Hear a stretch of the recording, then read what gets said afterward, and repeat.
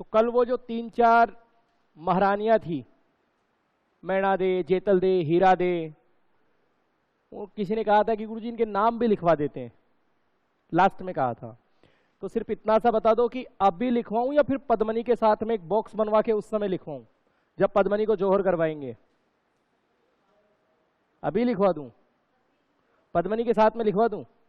हाँ, उसको अकेली को क्यों छोड़ते हो बेचारी को? सबके साथ करवाएंगे। हाँ सर, नहीं जैसा आप उचित समझे। ए भैया,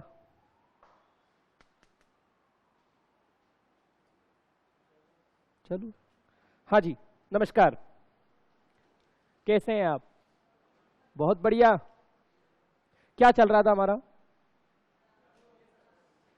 चल रहा था भाई। कल हमारा टॉपिक खत्म हो गया था आपके, और आज एक नया टॉपिक शुरू होगा आपके।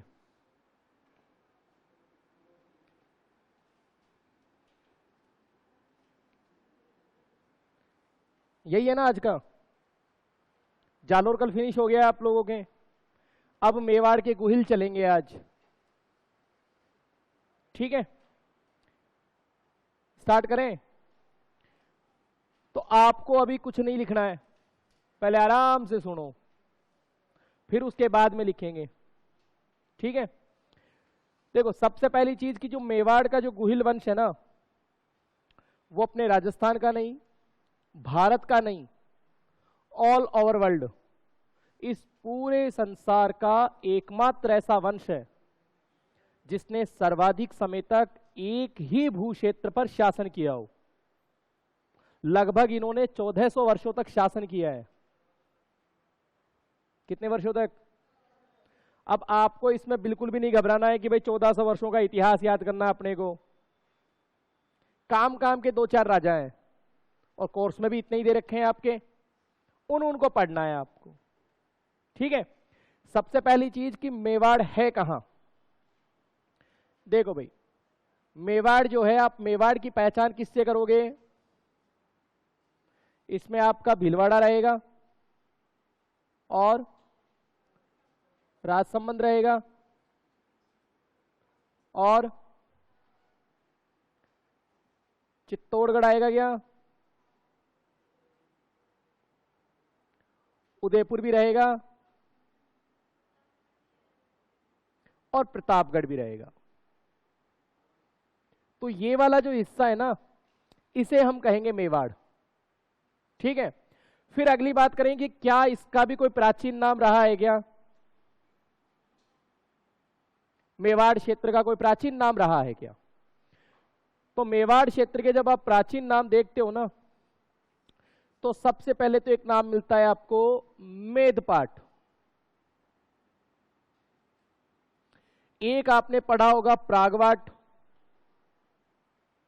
ठीक है, और एक नाम से और जाना जाता है जिसको हम कहते हैं शिवी जनपद।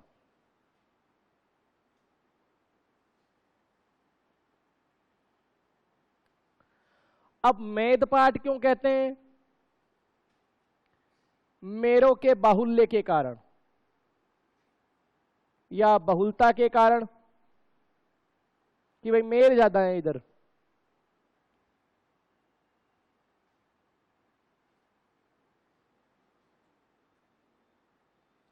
अब बात करें शिवी जनपद की, कि भाई शिवी जनपद, तो देखो जनपद क्या है? जनपद भूमि का वो टुकड़ा है जहां पर राजा ने अपना राज्य स्थापित कर लिया हो, उसे हम जनपद कहते हैं। आप इसे एक छोटी मोटी रियासत के रूप में समझ सकते हैं, राजा के राजवंश के रूप में समझ सकते हैं। अब शिवी जनपद जो रहा है, इसकी राजधानी कई बार पूछी जाती है हमसे, और शिवी जनपद की राजधानी क्या थी? नगरी। और नगरी कहां है आपके? चित्तौड़गढ़ में है भाई। कोई दिक्कत नहीं हुई। इतिहास में नगरी को एक नाम से और जाना जाता है, माध्यमिका। गणित में माध्यमिका अलग होती है, इतिहास में माध्यमिका नगरी को बोलते हैं भाई। ठीक है, नगरी को किस नाम से जाना जाता है? माध्यमिका। अब माध्यमिका को, या कहें यहीं पर हम लिख लें नोट लगा के, नगरी को सर्वप्रथम माध्यमिका किसने कहा था? एक संस्कृत के बहुत बड़े विद्वान हुए हैं, पाणिनि। पाणिनि की पुस्तक क्या नाम है? अष्टाध्यायी।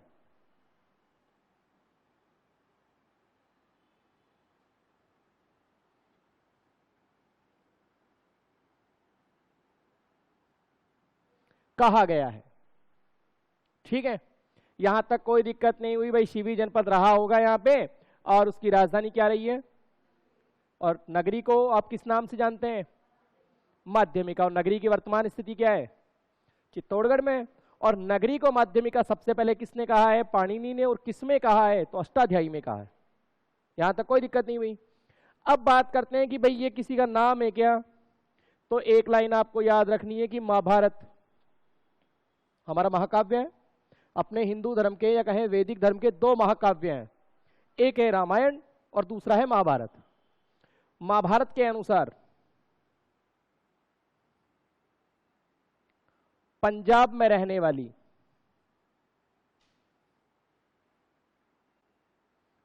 वाली शिवी जाति, अब एक जाति है, शिवी जाति ने दक्षिण राजस्थान में प्रवेश किया या प्रवास किया। प्रवास समझते हैं आप? ज्योग्राफी में प्रवास कहते हैं एक स्थान से दूसरे स्थान पे चले जाना। यहां आए और इन्होंने अपना राज्य स्थापित कर लिया है। अब ये जानकारी आपको किस में मिलेगी? महाभारत के अनुसार। चलो ये तो हमने मेवाड़ की बात कर ली, केवल हमने मेवाड़ की बात की, अभी तक तो गुहिल की तो कोई बात ही नहीं की। कुछ की है बात? अब गुहिलों की बात करेंगे कि भाई एक तो आपसे ये पूछा जाएगा कि इनका राजध्वज कैसा है। राजध्वज, उस पे चित्र जो बना हुआ है वो तो क्या है, और उस पर लिखा हुआ क्या है? ठीक है, चित्र तो क्या है राजध्वज पर? धनुर्धारी भील। अब आपके कोर्स में ट्राइबल मूवमेंट्स भी हैं, जनजातीय आंदोलन, उसमें आपके भील और मीणा आएंगे, है क्या? तो जब हम शुरू करेंगे ना उसको, तो उसकी पहली लाइन यही रहेगी कि वे प्रारंभ में तो ये राजा महाराजाओं के सहयोगी थे, लेकिन बाद में अंग्रेजों से इनका मामला बैठा नहीं।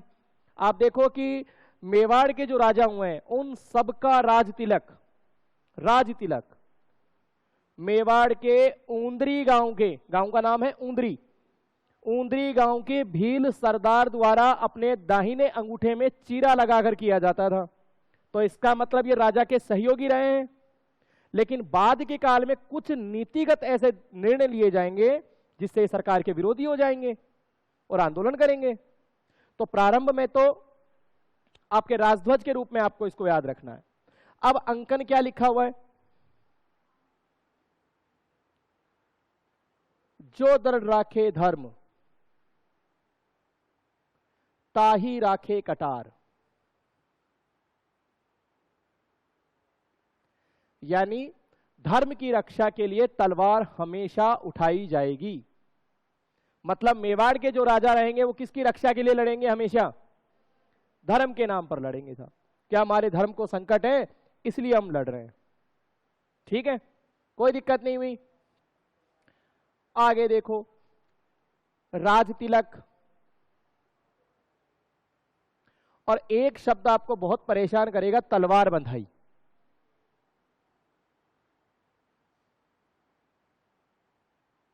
अब इस तलवार बंधाई के आपके कोर्स में 3 प्रश्न बनते हैं। मैं आज भी दोहराऊंगा और जब समय आएगा तब फिर से दोहराऊंगा। पहले तो आपके राज तिलक देख लो कि मेवाड़ के राजाओं का राज तिलक कौन करता था? ऊंदरी गांव का भील सरदार।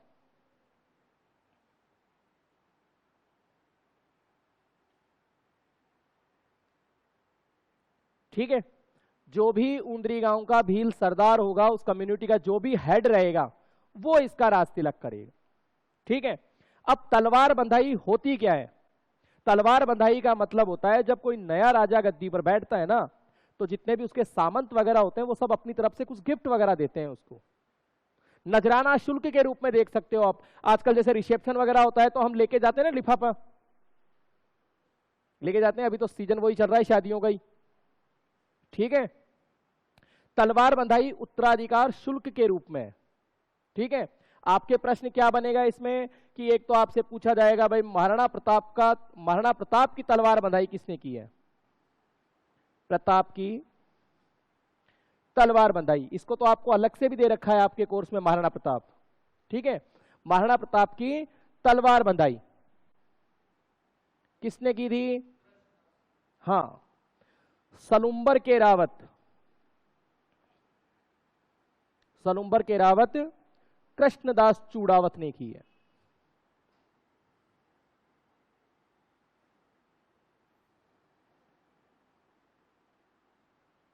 ठीक है। अब आपके कोर्स में प्रजामंडल आंदोलन भी है क्या? तो एक प्रश्न और बनेगा इसमें कि राजस्थान की ऐसी कौन सी रियासत है जहां पर तलवार बंधाई नहीं ली जाती थी, सिंगल है वो और कोई सी नहीं है, बाकी सब जगह ली जाती थी। तो उसमें आपको जैसलमेर याद रखना है, जैसलमेर में तलवार बंधाई नहीं ली जाती थी। कितने प्रश्न हो गए? मैंने कहा था 3 बनेंगे। एक आपके बिजोलिया किसान आंदोलन भी है ना, उस समय भी आपको यह शब्द सुनाई देगा। तो बिजोलिया किसान आंदोलन में 1906 में ठिकानेदार पृथ्वी सिंह ने किसानों पर तलवार बंधाई के रूप में 2 रुपए टैक्स लगाए। तीनों प्रश्न आपको याद रखने, जब समय आएंगे तब मैं और दोहराऊंगा आपके। आगे देखें,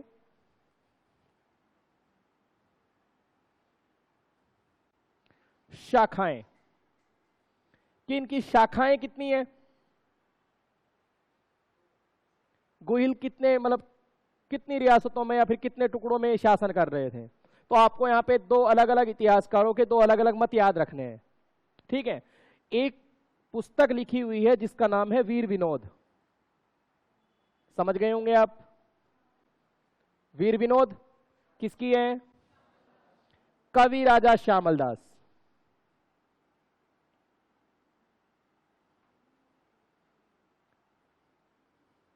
के अनुसार कितनी है? 36 शाखाएं बताइए, ठीक है। आगे मोहनोत नैणसी और जेम्स टोड के अनुसार बताओ भाई, ये कितनी बताते हैं?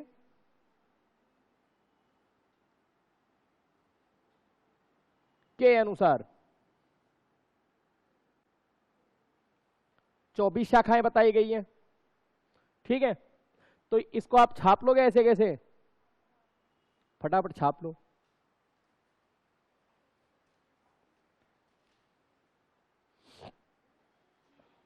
बंद करना है, इसको बंद करवाना है, मेरे हाथ में नहीं है, बटन आप दबाओ।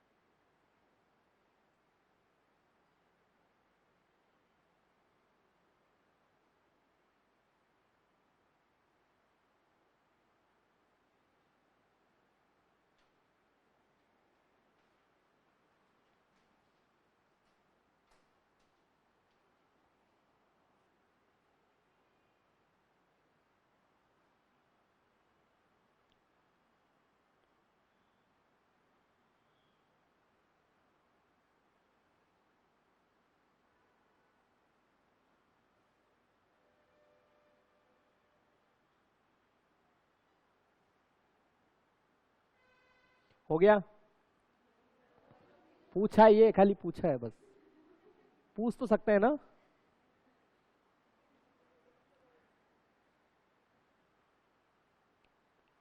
ऐसे कितनी एकता दिखाई आप लोगों ने।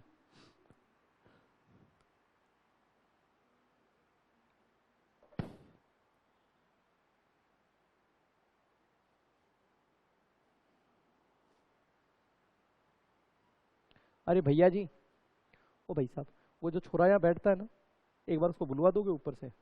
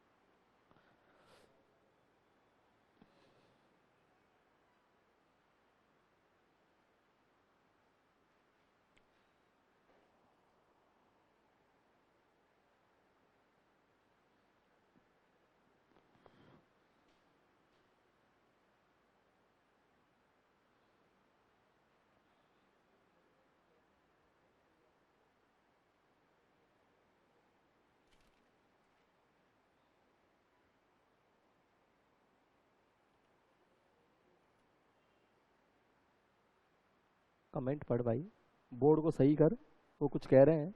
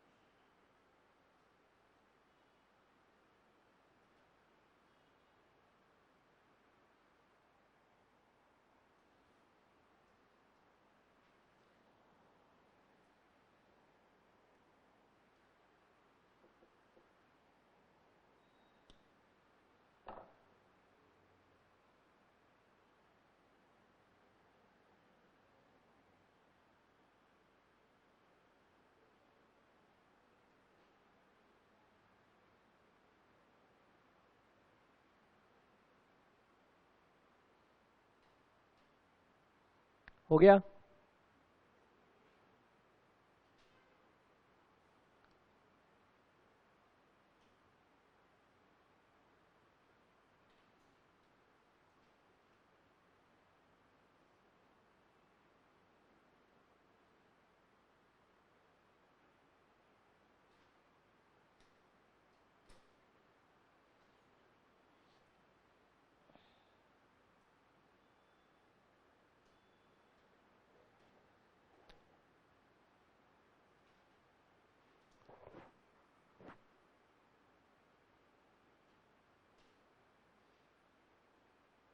मिटा दूं?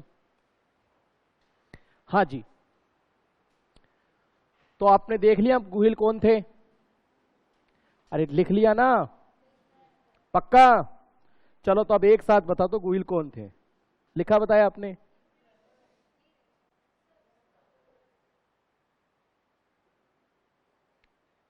वो वाला छोड़ दिया गुरुजी।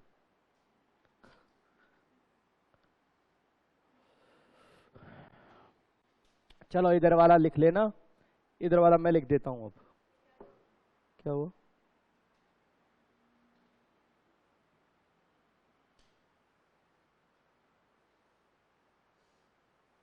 हो गया? मिटा दूं?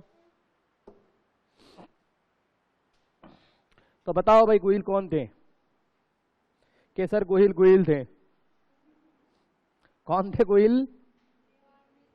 हाँ, मेवाड़ में शासन करने वाले गुहिल थे गुरुजी के। और क्या थे? अब देखिए आप, अब हम बात करेंगे गुहिलों की, है ना।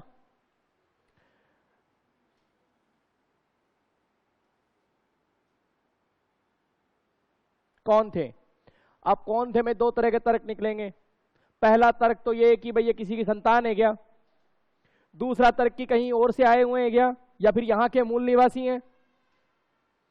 तो इसमें सबसे पहले तो आप एक नाम याद रखो, अबुल फजल। अब अबुल फजल किसके दरबार में है? अकबर के दरबार में है। अकबर का मेवाड़ के किसी राजा से संघर्ष हुआ क्या? महाराणा प्रताप से हुआ है। तो देखो अबुल फजल क्या कहता है, गुहिल मूलतः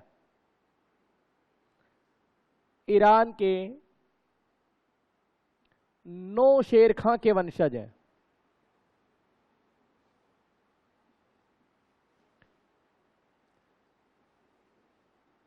मतलब अबुल फजल ने गुहिलों को हिंदू मानना तो दूर की बात है, भारत का भी नहीं माना, ठीक है। और कहा है कि भाई ये ईरान के, और वो भी नौशेर खां के वंशज हैं, जो किसी जमाने में यहां आए होंगे और बस गए होंगे, ठीक है। अब आपसे डायरेक्ट पूछ ले कि भाई महाराणा प्रताप को अबुल फजल ने क्या माना है, तो भी आप कह दोगे नौशेर खां का वंशज माना है। क्लियर है? आगे देखो, कुछ इतिहासकार कहते हैं कि साहब ये सूर्यवंशी क्षत्रिय है। कौन से क्षत्रिय हैं? सूर्यवंशी क्षत्रिय हैं, जिसमें आपके जीएच ओझा का नाम सबसे आगे आता है। अब बाकी के इतिहासकार ये कहते हैं कि साहब ये गुजरात से आए हैं। कहां से आए हैं? अब देखो, कुछ तो कहते हैं कि साहब गुजरात में एक जगह पड़ती है आनंदपुर, जिसका नाम है बड़नगर। आनंदपुर बड़नगर, ये यहां से आए हैं भाई। और ये किसने बताया है? Doctor D.R. भंडारकर ने। Doctor D.R. भंडारकर ने गुहिलों को कहां का वंशज माना है, या कहां से आया हुआ माना है? आनंदपुर बड़नगर। और ये जगह कहां पर है आपके? गुजरात में। एक इतिहासकार वो सीधी बात करता है कि भाई गुजरात से आया है, कि गुजरात में कहां से आया है, कि बोला ना गुजरात से आया है, बस आगे कोई किंतु परंतु नहीं है। तो आपसे अगर सीधा पूछे कि भाई गुजरात में, गुजरात से कौन बता रहा है, तो आपको नाम याद रखना है कवि राजा श्यामल प्रसाद। अभी आया था इसका नाम, कवि राजा श्यामल दास। अब गुजरात में एक जगह पड़ती है वल्लभी। वल्लभी, अब वल्लभी से कौन बताता है? कर्नल जेम्स टोड बताता है। कौन बताता है? Colonel James Tod. अब ये तो आपको पता ही है कि भाई राजस्थान इतिहास का पिता हम किसको कहते हैं? कर्नल जेम्स टोड को। तो फिर इसका मतलब तो अंग्रेज तो ये दावा करते हैं कि हमारे आने से पहले तो भारतीय इतिहास लिखना ही नहीं जानते थे, हमने सिखाया है इनको इतिहास लिखना ही। ये भाई साहब पहले व्यक्ति रहे जिन्होंने राजस्थान की सामंतवाद पर लिखा है, राजस्थान को राजस्थान कहा है, यही पढ़ते आए हैं आज तक। Colonel James Tod East India Company के राजस्थान में नियुक्त होने वाले, पोस्टिंग लेने वाले पहले पॉलिटिकल एजेंट थे, और इनकी सबसे पहले पोस्टिंग हुई थी मेवाड़ में। इसीलिए इन्होंने जो ज्यादातर इतिहास लिखा है वो कहां के बारे में लिखा है? मेवाड़ के बारे में लिखा है, ठीक है। चलो अब ले लो भाई, गुहिल वंश का संस्थापक कौन है? संस्थापक कौन है? गुहिल। और क्या कहते हैं इसको? गुहिलोत। और क्या कहेंगे, गुहादित्य, और क्या कहते हैं इसको, ठीक है। अब आपसे स्थापना का वर्ष पूछ लिया जाता है, भाई कौन से वर्ष स्थापना की है इसने या कब की मानी जाती है, तो आपको याद रखना है 566, 566 ईस्वी, ठीक है। अब आ जाओ गुहिल की माता, फिर पिता, ठीक है। गुहिल की माता का क्या नाम है, पुष्पावती, पिता का क्या नाम है, शीलादित्य। यहां तक कोई समस्या हुई क्या आपको, नहीं हुई। अब हम जो भी कुछ कहेंगे और आप जो भी कुछ सुनोगे वो सब कर्नल जेम्स टोड के अनुसार सुनोगे। तो कर्नल जेम्स टोड ये कहते हैं, और कर्नल जेम्स टोड ने अपना जो इतिहास लिखा है मेवाड़ के बारे में जो कहा है वो जैन ग्रंथों के आधार पर लिखा है। तो कर्नल जेम्स टोड ये कहते हैं कि ये जो शीलादित्य है ये वल्लभी का राजा है भाई। कहां का राजा है, वल्लभी का राजा है। और एक बार क्या हुआ कि समय रहा होगा 524, 524 ईस्वी, और इस समय शीलादित्य पर आक्रमण हो गया, विदेशी आक्रमण। पहले हो जाते थे, आजकल तो लड़ाई होती सीधा केस करते हैं अपन, उस जमाने में सीधा था कर दो हमला, आक्रमण कर दिए। अब आक्रमण में शीलादित्य अपने पूरे परिवार के साथ में मारा गया है, पूरे परिवार के साथ मर गया। जितनी भी रानियां थी सब सती हो गई। कि फिर गुरुजी ये कैसे बच गई, है ना।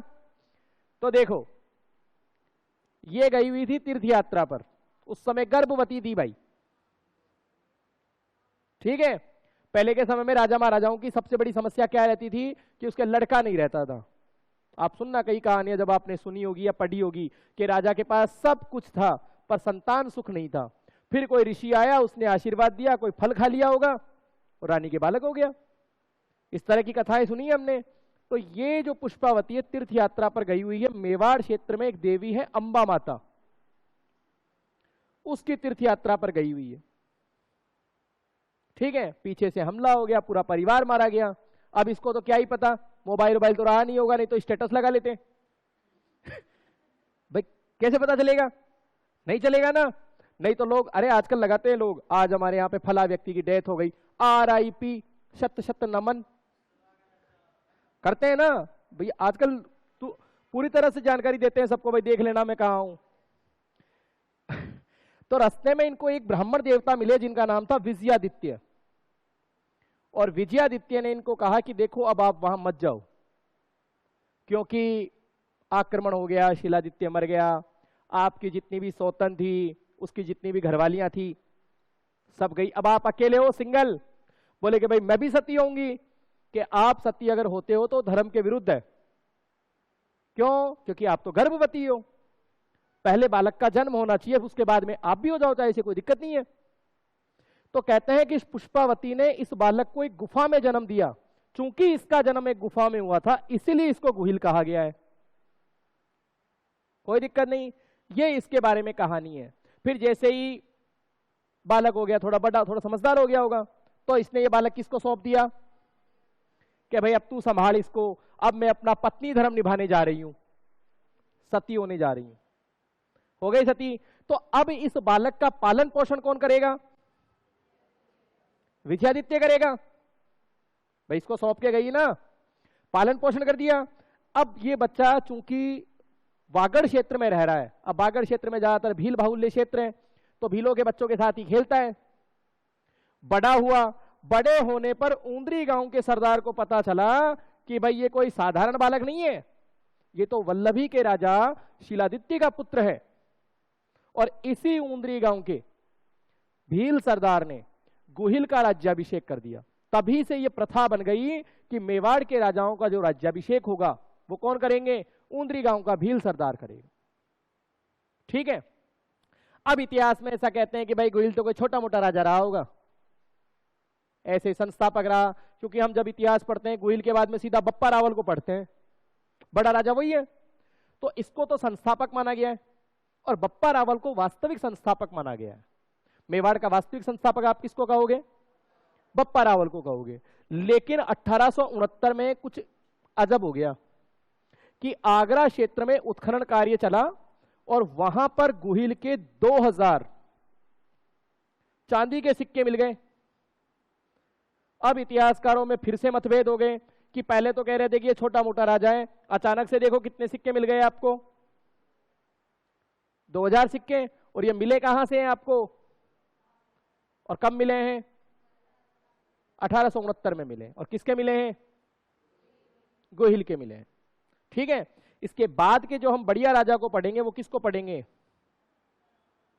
बप्पा रावल।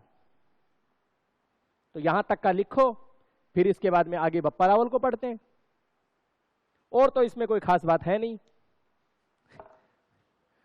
ये वाला तो लिख लोगे या लिख लिया? हाँ लिख लो आराम से।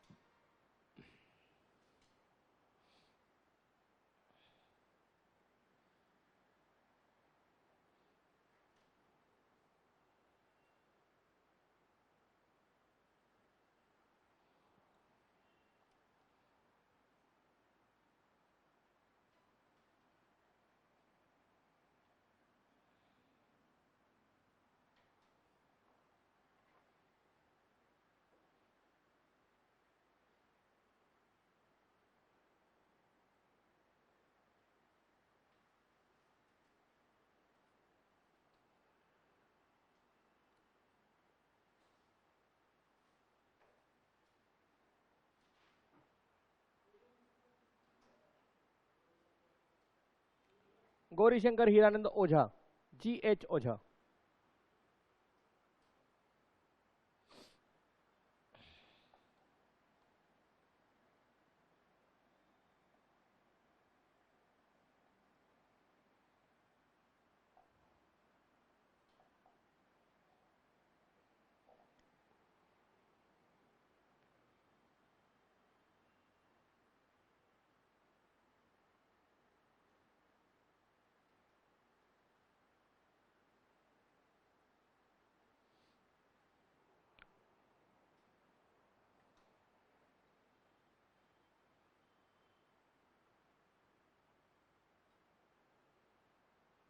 उसमें आपको गोहिल के माता पिता तक ही लिखने हैं, बाकी मैं बोल के लिखवाऊंगा आगे। कहीं आप एरो लगा के तीर्थ यात्रा वगैरह करवा दो उसको।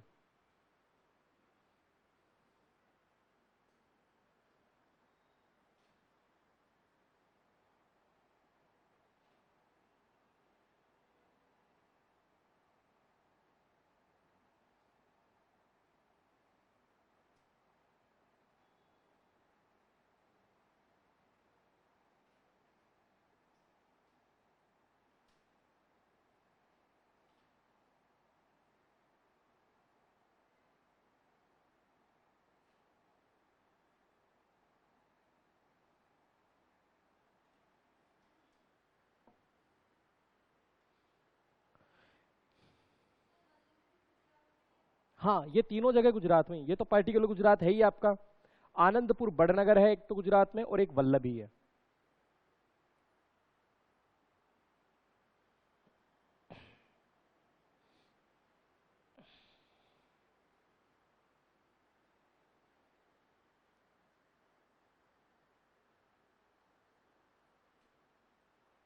हो गया?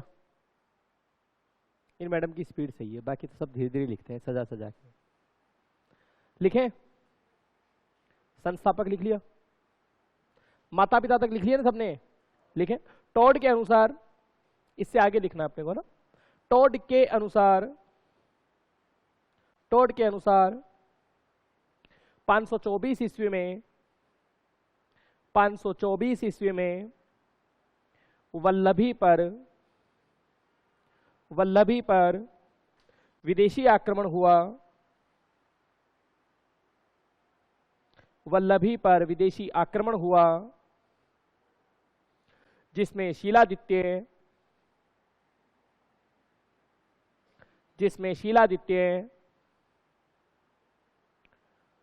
अपने पूरे परिवार के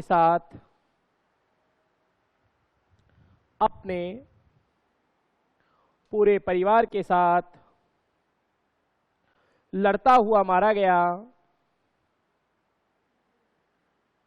लेकिन उसकी पत्नी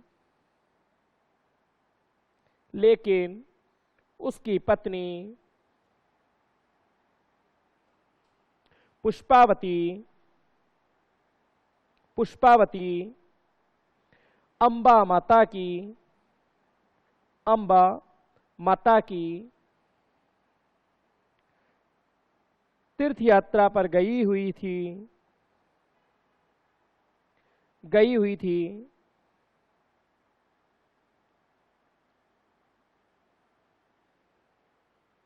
पुष्पावती ने गुफा में एक बालक को जन्म दिया। पुष्पावती ने गुफा में एक बालक को जन्म दिया, जो गुहिल कहलाया। इसी कारण कहते हैं इसको गुहिल या गुहादित्य। जो गुहिल कहलाया, विजयादित्य नामक ब्राह्मण ने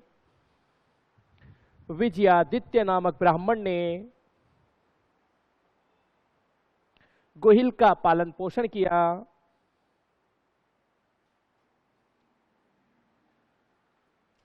विजयादित्य नामक ब्राह्मण ने गुहिल का पालन पोषण किया।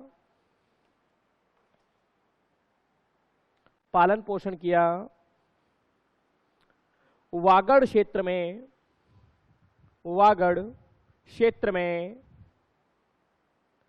ऊंदरी गांव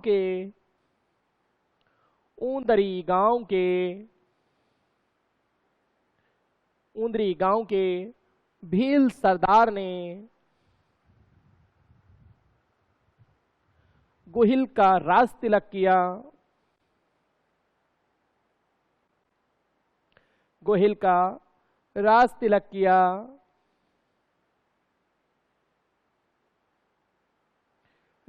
किया। कर दिए। 1869 में 1869 में आगरा से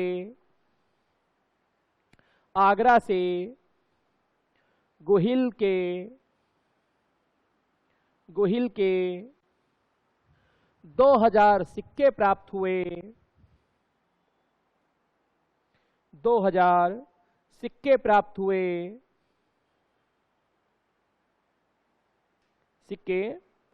हुए। कोई दिक्कत नहीं हुई, मिल गए सिक्के। अपने को काहे के लिए होगी, अपने को मिले नहीं। अब हेडिंग बनाओ आप, बप्पा रावल।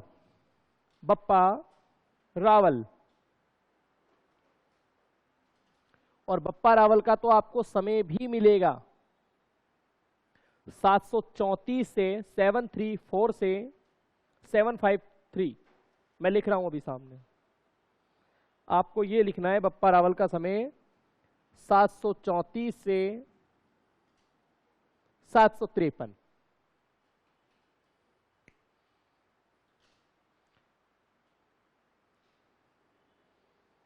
तो देखिए, अबुल फजल ने गुहिलों को क्या मान लिया कि भाई ये तो ईरान का एक राजा हुआ है नो शेर खां, उसके वंशज है। ठीक है, आप यहां पर देख सकते हो कि महाराणा प्रताप के वंश को नीचा दिखाने का प्रयास किया गया है। और वैसे भी लड़ाई में तो सब एक दूसरे को नीचा दिखाते ही हैं। कोई चोर बताएगा तो सामने वाला महाचोर बताते हैं ना, ऐसे। ये तो लॉजिक है सीधा सा। फिर इनको सूर्यवंशी क्षत्रिय GH ओझा साहब बता रहे हैं। गुजरात में इनको मूलतः माना गया है कि भाई भारतीय इतिहासकार कहां पर सहमत है कि कहां से आए हैं, ये तो गुजरात से आए हैं आपके। अब गुजरात में आप देखोगे तो आनंदपुर बड़नगर से किसने माना है, DR भंडारकर ने मान लिया। प्रॉपर गुजरात का किसने माना है, कविराजा श्यामल दास ने। इन्होंने कोई जगह नहीं बताई है आपके। और वल्लभी से कौन बता रहे हैं? और इस वंश का संस्थापक कौन है आपके? गुहिल है, गुहिलोत है, गुहादित्य है, गुहा है। ये सब एक ही व्यक्ति के नाम है। चूंकि इस बालक का जन्म एक गुफा में हुआ है इसलिए इसको गुहिल कहा जा रहा है। स्थापना वर्ष याद रखना है आपको 566। ठीक है। माता का नाम पुष्पावती, तीर्थ यात्रा पर गई हुई थी। कौन सी माता के? समझ गए, तीर्थ यात्रा पर जाना भी फायदेमंद होता है। पिताजी का नाम?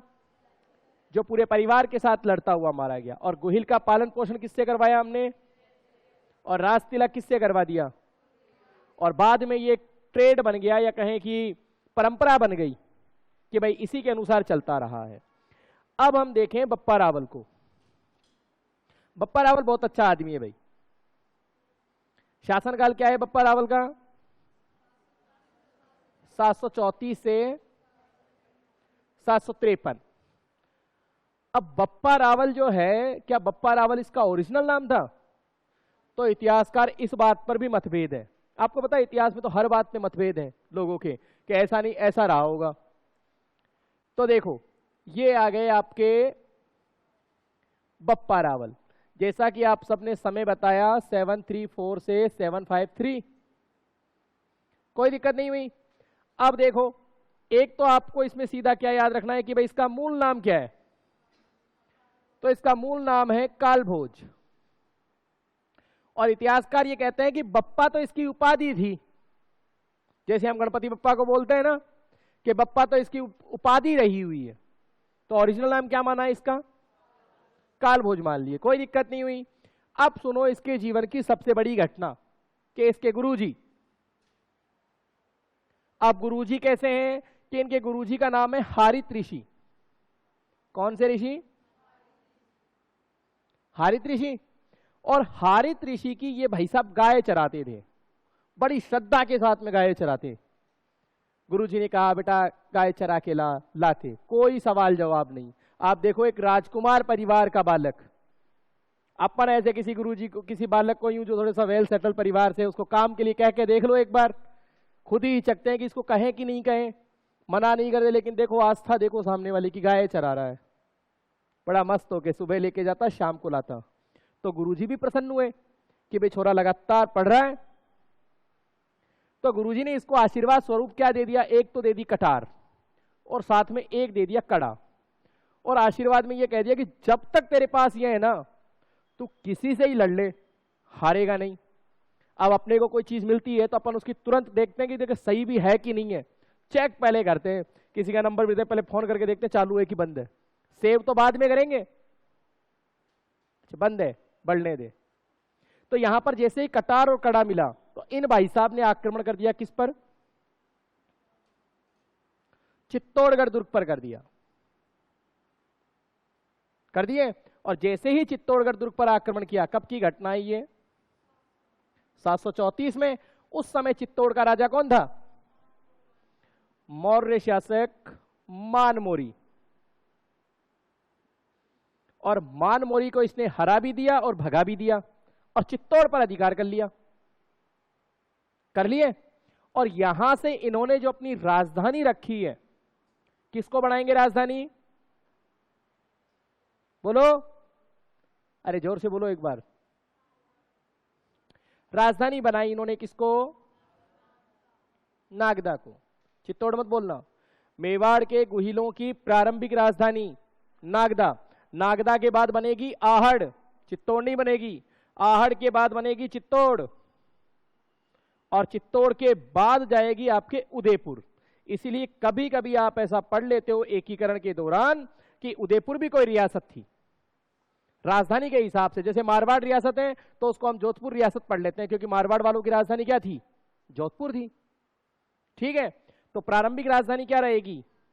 नागदा के बाद, आहड़ के बाद और चित्तौड़ के बाद। और चित्तौड़ को पहली बार जीतने वाला कब जीता? 734 में। आप लगातार पढ़ रहे हो और किसी गुरुजी के नोट्सों में से पूरे सवाल आ जाए रे भाई, तो आप बताओ जिम्मड़ करो कि नहीं करो? जब सिलेक्शन हो जाएगा जिम्मड़ करोगे? जिम्मड़ में फला मास्टर को तो बुलाओगे भाई, कहते इसको तो बुलाए भाई, बुलाओगे? ठीक वैसे ही बप्पा रावल को एक सफलता मिली है।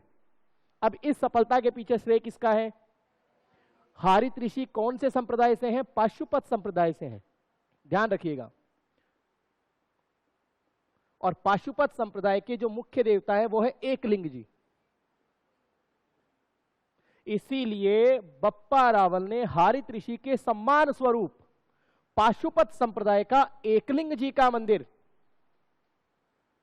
कहां बनवाएगा? नागदा में। अब बताओ, भगवान शिव जिस स्थान पर रहते हैं उसे क्या कहते हैं? कौन से पर्वत पर रहते हैं शिव जी? कैलाश पर्वत। इसीलिए इस जगह का नाम भी क्या रख दिया? कैलाशपुरी। कि कैलाशपुरी नागदा में इन्होंने एकलिंग जी का मंदिर बनवा दिया। ठीक है, कोई दिक्कत नहीं हुई। आगे सुनो, बप्पा रावल की उपाधियां। तो आपको इसकी कुछ उपाधियां याद रखनी है। एक, हिंदुआ सूरज, हिंदुआ। एक है चकवे, एक है राजगुरु। अब जब आप इस समय पे नजर डालोगे ना, 734, 753, इस काल में भारत पर उत्तर पश्चिमी सीमा से, हमारे भारत पर आज तक अगर कोई विदेशी आक्रमण हुए ना तो इधर से ही हुए हैं, पाकिस्तान साइड से ही। तो इस समय आक्रमण हुए, बप्पा रावल ने उनको हराया था। बप्पा रावल अपने भारत का, राजस्थान का पहला राजा है जिसने मुस्लिम आक्रमणकारियों को हराया है। ठीक है, इसीलिए इतिहासकार हुए हैं सीवी वैद्य। और सीवी वैद्य ने बप्पा रावल को क्या कहा है? बप्पा रावल को भारत का चार्ल्स मोर्टेल कहा है। भारत का चार्ल्स मोर्टेल किसको कहा जाता है? बप्पा रावल को। कोई दिक्कत नहीं, हम तो रट लेंगे भाई, चार्ल्स मोर्टेल किसको कहते हैं? कि बप्पा रावल को कहते हैं। अब ये चार्ल्स मोर्टेल कौन था? ये इस पूरे संसार का पहला व्यक्ति है जिसने मुसलमानों को किसी युद्ध में हराया था। तो भारत का पहला व्यक्ति कौन है जिसने मुसलमानों को किसी युद्ध में हराया हो? तो बप्पा रावल है। इसलिए इसको चार्ल्स मोर्टेल कहते हैं। और कहने वाला इतिहासकार कौन है आपके? सीवी वैद्य, चिंतामणि विनायक वेद। ठीक है, बप्पा रावल इस मेवाड़ के गुहिल वंश का प्रथम शासक था जिसने सोने का सिक्का चलवाया है। अभी आपको सिल्वर कॉइन तो मिल गया कि 2000 सिक्के मिले आगरा से, लेकिन सोने का सिक्का जिसका वजन भी बताया गया है 115 ग्रेन, वो किसने चलाया है? यानी इस वंश का पहला राजा कौन है जिसने सोने का सिक्का चलवा दिया? बप्पा रावल है। और ये अजमेर से प्राप्त हुआ है आपके। अब सिक्का है तो सिक्के पर कुछ आकृतियां भी बनी हुई होगी। अब सिक्के पर क्या क्या बना हुआ है? उसके ऊपर कामधेनु बनी हुई है, त्रिशूल बना हुआ है, बैल बना हुआ है। तो अनुमान लगा सकते हो कौन से भगवान की आस्था हो रही है? शिव जी की। और वैसे भी आप देखोगे तो पाशुपत संप्रदाय, एकलिंग जी महाराज, बप्पा रावल ने बनवाया मंदिर। मतलब आप कह सकते हो कि इसका झुकाव कौन से धर्म की तरफ ज्यादा है? शैव धर्म की ओर थोड़ा ज्यादा है। ठीक है, बप्पा रावल के बारे में यह भी सुनने को मिलता है कि बप्पा रावल 32 हाथ की धोती पहनता था। धोती समझते हो?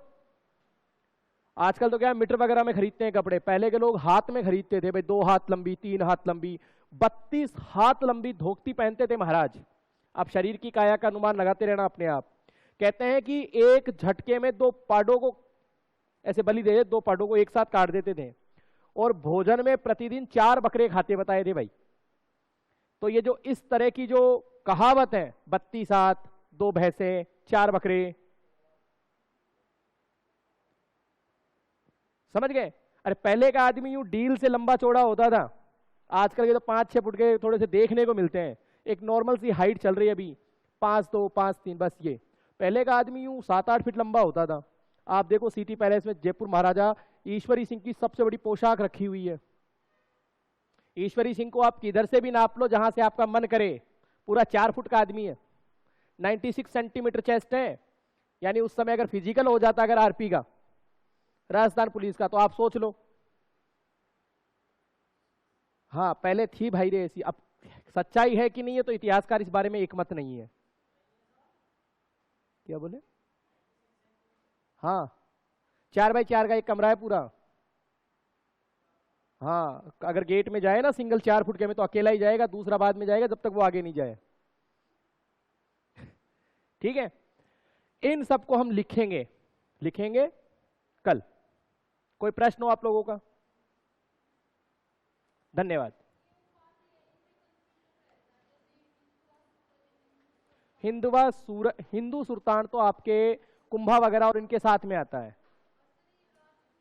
कुंभा की भी है, ले लेते हैं तो उपाधियां, तो ये अपनी तुलना देवताओं के साथ कर देते हैं, इसलिए अपनी श्रेष्ठता को दिखाने के लिए। धन्यवाद।